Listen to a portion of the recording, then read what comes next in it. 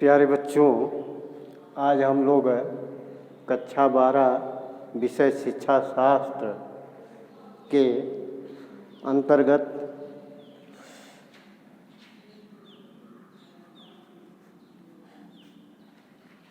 आधुनिक कालीन शिक्षा के पाठ में आचार्य नरेंद्र देव समिति के बारे में अध्ययन करेंगे। जैसा पिछली कक्षा में आपको स्वतंत्रता के बाद भारत में शिक्षा के विकास का पाठ शुरू किया गया था, जिसमें कुछ आयोगों के बारे में आपको बताया गया था, जैसे राधा कृष्णन आयोग, मुदालियर आयोग। तो आज हम लोग जो है आचार्य नरेंद्र देव समिति के बारे में पढ़ेंगे। ये आचार्य नरेंद्र देव समिति वर्तमान फैजाबाद जिले अथवा अयोध्या जिले से बिलोंग करते थे। सन 1952 में उत्तर प्रदेश सरकार द्वारा शिक्षा में शैक्षिक सुधार करने के लिए इनके अध्यक्षता में आचार्य नरेंद्र देव के अध्यक्षता में एक शिक्षा समिति का गठन किया था, और चूँकि उस शिक्षा समिति का अध्यक्ष आचार्य नरेंद्र देव थे, इसलिए जो है इसे आचार्य नरेंद्र देव समिति के नाम से जाना जाता है। तो आचार्य नरेंद्र देव ने शिक्षा में, उत्तर प्रदेश की शिक्षा में क्या सुधार आना चाहिए, इसके विषय में वो अपने कुछ सुझाव दिए थे। तो उसमें जो उनकी प्रमुख सिफारिशें थी, प्रमुख प्रस्ताव थे, वे निम्नलिखित हैं। पहला, पाठ विषयों का चुनाव। आचार्य नरेंद्र देव के समिति के पहला सुझाव था पाठ विषयों का चुनाव। ये विद्यार्थियों के रुचि के आधार पर अथवा विद्यार्थियों के मंशा के आधार पर पाठ विषयों को चुनाव करने का अवसर मिले, लेकिन उसमें एक स्थानीय भाषा और मातृभाषा तथा एक राष्ट्रीय स्तर पर बोली जाने वाली भाषा को जो है चुनना होगा, अथवा एक अनिवार्य विषय के रूप में, जैसे हिंदी हमारे लिए अनिवार्य विषय है।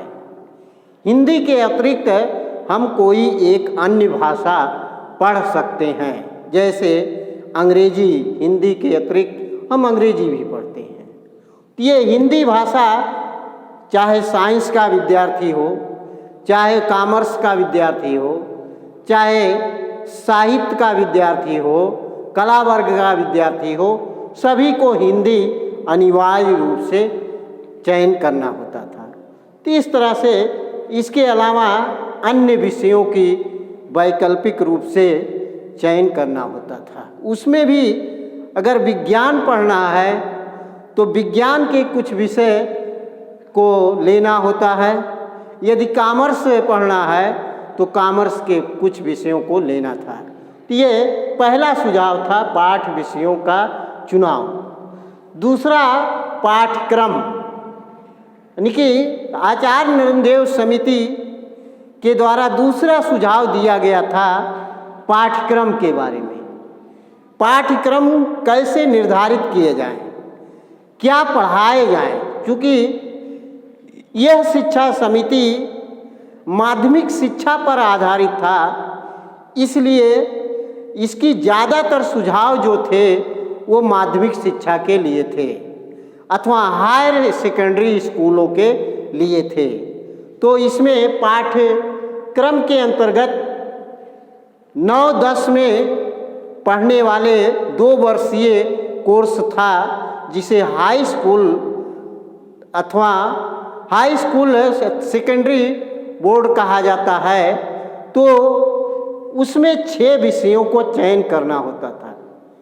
6 विषयों को चयन करने की सुविधा थी कि कम से कम 6 विषयों को अनिवार्य रूप से पढ़ना है। कुछ विषय उसमें अनिवार्य थे, कुछ वैकल्पिक विषय थे।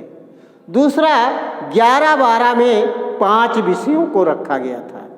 तो इस तरह से यानी कि 11-12 इंटरमीडिएट परीक्षा के बोर्ड के नाम से जाना जाता था। दोनों यानी कि 11 की गृह परीक्षा और 12 की दोनों से मिला करके जो है बोर्ड परीक्षा देनी होती थी, जिसमें 5 विषय शामिल थे। तीसरा सुझाव प्राविधिक शिक्षा का था। क्योंकि मनुष्य अपनी जीविकोपार्जन के लिए तैयार हो सके, इसके लिए विद्यार्थी जीवन से ही, हायर सेकेंडरी स्कूल से ही प्राविधिक शिक्षा की व्यवस्था का सुझाव दिया गया। प्राविधिक शिक्षा का आशय पॉलिटेक्निक, विभिन्न व्यवसाय के चयन करते हुए प्राविधिक शिक्षा हायर सेकेंडरी स्तर पर ही बच्चों को देनी चाहिए। ऐसी व्यवस्था यानी कि ऐसी सुधार की सुझाव दिए गए थे। चौथा, बालक का सर्वांगीण विकास, बच्चे का सर्वांगीण विकास हो, उसके ज्ञान में वृद्धि के साथ साथ उसकी शारीरिक विकास हो सके, इसके लिए खेल कूद उत्सव आदि का आयोजन करना था। इस तरह से जो है बालक का सर्वांगीण विकास हो, उसके अंतर्गत संगीत है, नृत्य है, खेल कूद है, तो लेखन शैली है, तो सभी क्षेत्रों में जो है उसको कुछ न कुछ जानकारी होनी चाहिए, अथवा बालक का सर्वांगीण विकास हो, ऐसा यानी कि सुझाव, ऐसी सिफारिश आचार्य नरेंद्र समिति द्वारा दी गई थी।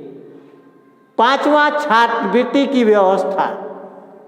आचार्य नरेंद्र समिति के द्वारा बच्चों के लिए, विद्यार्थियों के लिए छात्रवृत्ति की व्यवस्था थी, जिसमें बच्चों का सामूहिक परीक्षा लिया जाए और उस सामूहिक परीक्षा में जो मेधावी छात्र हैं उन्हें 2 वर्ष की छात्रवृत्ति देने की व्यवस्था की सिफारिश की गई थी। 2 वर्षीय छात्रवृत्ति की व्यवस्था का जो है सिफारिश किया गया था। छठवां, अध्यापन कार्य की अवधि, यानी कि अध्यापन कार्य की अवधि विद्यालय में एक वर्ष में कम से कम 1 वर्ष में 200 दिन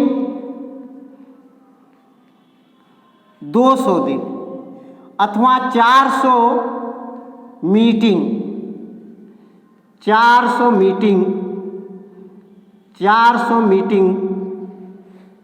की शिक्षा अनिवार्य रूप में 1 साल में दी जानी चाहिए। इसके लिए इन्होंने कहा शीतकालीन अवकाश तथा ग्रीष्मकालीन अवकाश को छोड़ करके 1 महीने का अन्य अवकाश, तो इस तरह से अधिकतम 235 दिन जो है स्कूल खोले जाने चाहिए। 235 दिन में 200 दिन जो है शिक्षा अनिवार्य रूप से देनी चाहिए, अथवा 400 मीटिंग की जो अवधि में शिक्षा दी जानी चाहिए। ये यानी कि अध्यापन की अवधि थी। 7वां, निःशुल्क प्रवेश की व्यवस्था।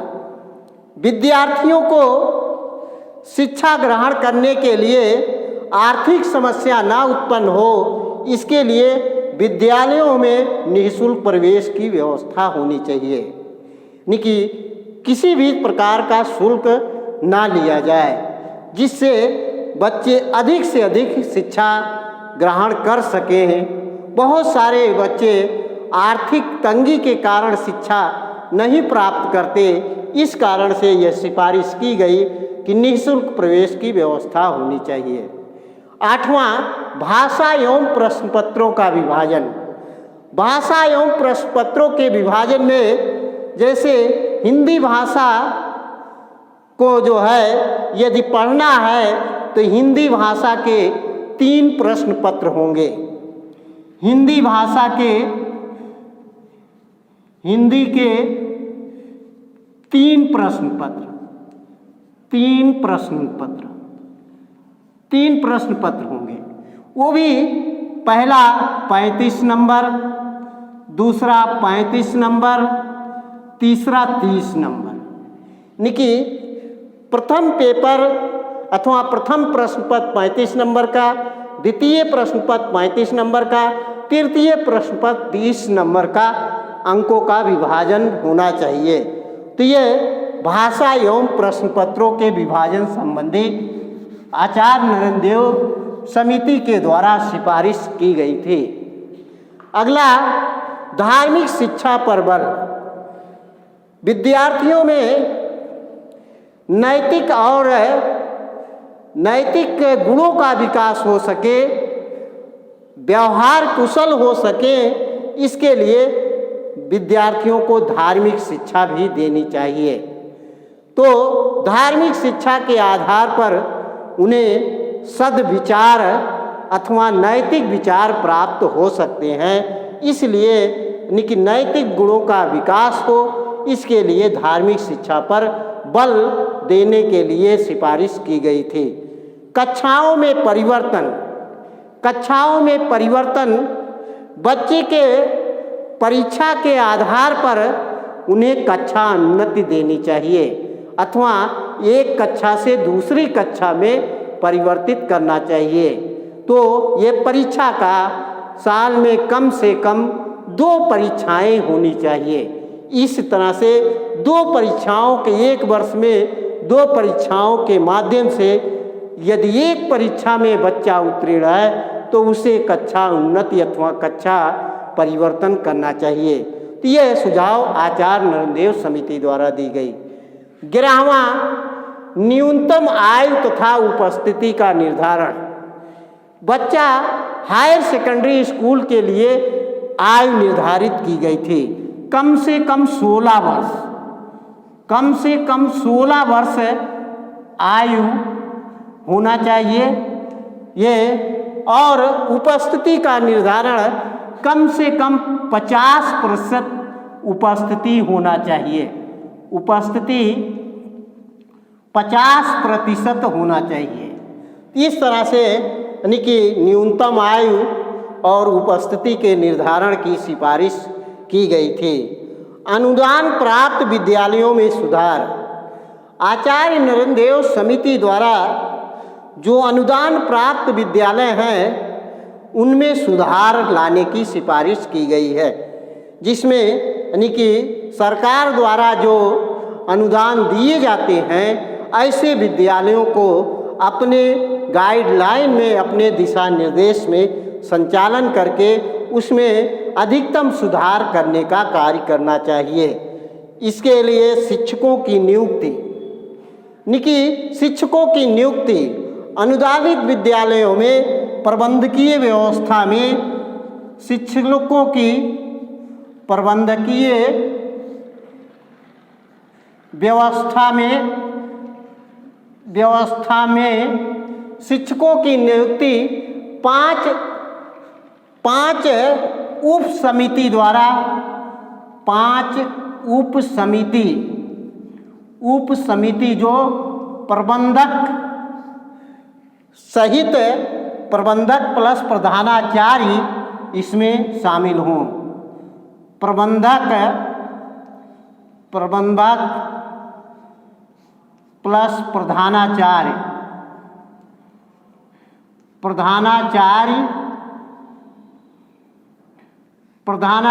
शामिल हों। 5 सदस्यीय एक उप समिति हो जिसमें प्रबंधक प्रधानाचार्य अनिवार्य रूप से हो और उस समिति के द्वारा प्रबंधकीय व्यवस्था से संचालित विद्यालयों में शिक्षकों की नियुक्ति होनी चाहिए। इसी तरह से जो राजकीय विद्यालय में है, राजकीय विद्यालयों में भी जो है राजकीय कमेटी समितियों द्वारा जो है यानी कि शिक्षकों की नियुक्ति होनी चाहिए। ये आचार्य नरदेव समिति के द्वारा ये सुझाव अथवा ये सिफारिश की गई थी कि शिक्षकों की नियुक्ति इस प्रकार होनी चाहिए।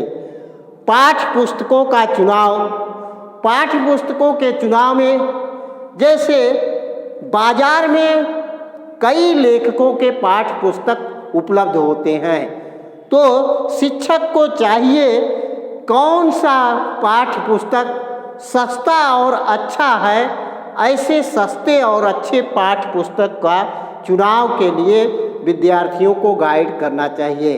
लेकिन यह ध्यान रखें कि जो है राजकीय पाठ्यक्रम उससे मिलते हों अथवा राजकीय पाठ्यक्रम के अनुसार पाठ्य पुस्तक होना चाहिए। तो इस तरह से पाठ्य पुस्तकों का चुनाव करते समय शिक्षकों की महत्वपूर्ण भूमिका होनी चाहिए। पंच फैसला बोर्ड, पंच फैसला बोर्ड आचार्य नरदेव समिति की अंतिम सिफारिश जो थी कि शिक्षकों को अथवा विद्यालय व्यवस्था में झगड़े या विवाद को हल करने के लिए एक पंच फैसला बोर्ड की स्थापना होनी चाहिए, जो स्थानीय लेवल पर उस झगड़े उस विवाद को हल करे। ये आचार्य नरदेव समिति की जो है प्रमुख सिफारिशें थी, जो माध्यमिक शिक्षा में जो है काफ़ी परिवर्तन लाने का काम किया।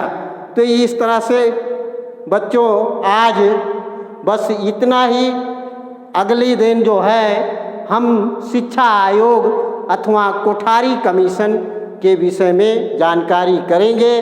तो इस वीडियो को अधिक से अधिक देखें। धन्यवाद।